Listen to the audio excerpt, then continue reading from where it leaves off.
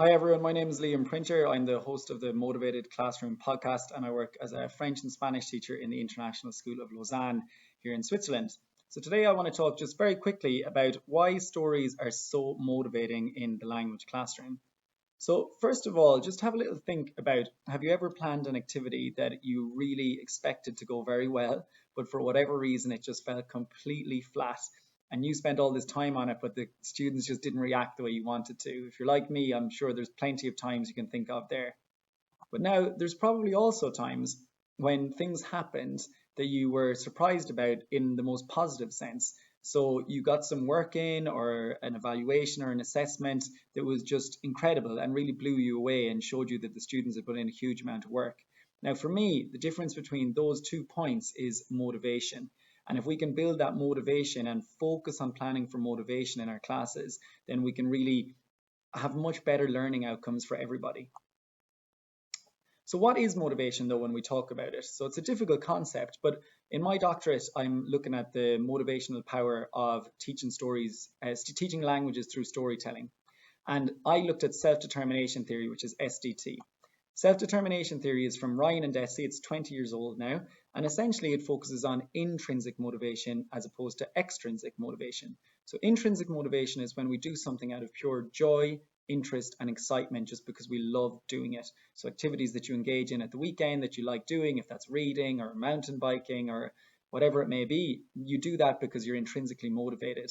And really, if we focus on intrinsic motivation, the research would say that it leads to much better learning outcomes and lifelong learning, as opposed to extrinsic motivation, which is like doing stuff just simply for rewards, purely for the grade, to impress parents, that kind of thing. If we move away from that and towards intrinsic, then we're going to have better learning outcomes for everyone.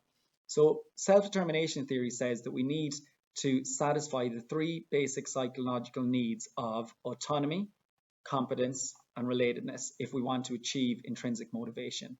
So autonomy, first of all, autonomy essentially deals with having freedom and choice and ownership over what you're doing. Now, it doesn't mean that you just say, oh, you can do whatever you want. Absolutely not.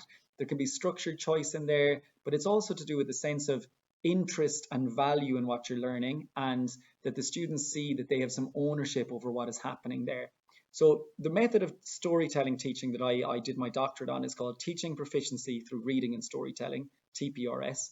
And in it, you tell a story, but actually what you do is you ask a story. You're looking for elements for the story from the students. You have a script that is kind of a skeleton with key structures, but they give you ideas for characters and for where they went. So what happens is you co-create the story together. There's lots of student input for the character and their details. They have ownership over it. And you as a teacher, you feel like you have some freedom to do what you want to do. So it ticks the box for autonomy. For competence then, with this method of storytelling, when the students give you ideas, you're selecting them and putting them into your story so they feel like, wow, I've really done something right here. They feel accepted and they're able to recall and reuse the key structures that you're teaching. So again, they feel like very self-confident about this.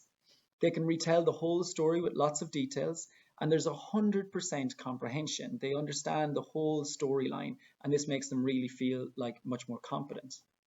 And finally, the relatedness aspect. So in my research, what the students mentioned a lot was the word everyone and everybody. So everyone's a part of it. Everybody is making this story together. So what you have is this bond to the class because you've created this secret, your own little story. It allows the teacher's personality to come out so they feel more connected to the teacher. They have come up with some of the characters so they feel like they're related to those characters too. So it also ticks that box. So essentially, by teaching stories this way, you're hitting autonomy, competence, and relatedness, and you have a highly motivated class. Now, this wouldn't be something you would do every single day in every single class. It might be once in every unit, once every 4 or 5 weeks, but it's a great way to build relationships and for your students to feel really motivated to come to class, and then you reap those benefits later on. So that's it from me. I would love to hear from you guys about what you think about TPRS, if any of you have experimented with it, or if you want any more information about it. There's my details.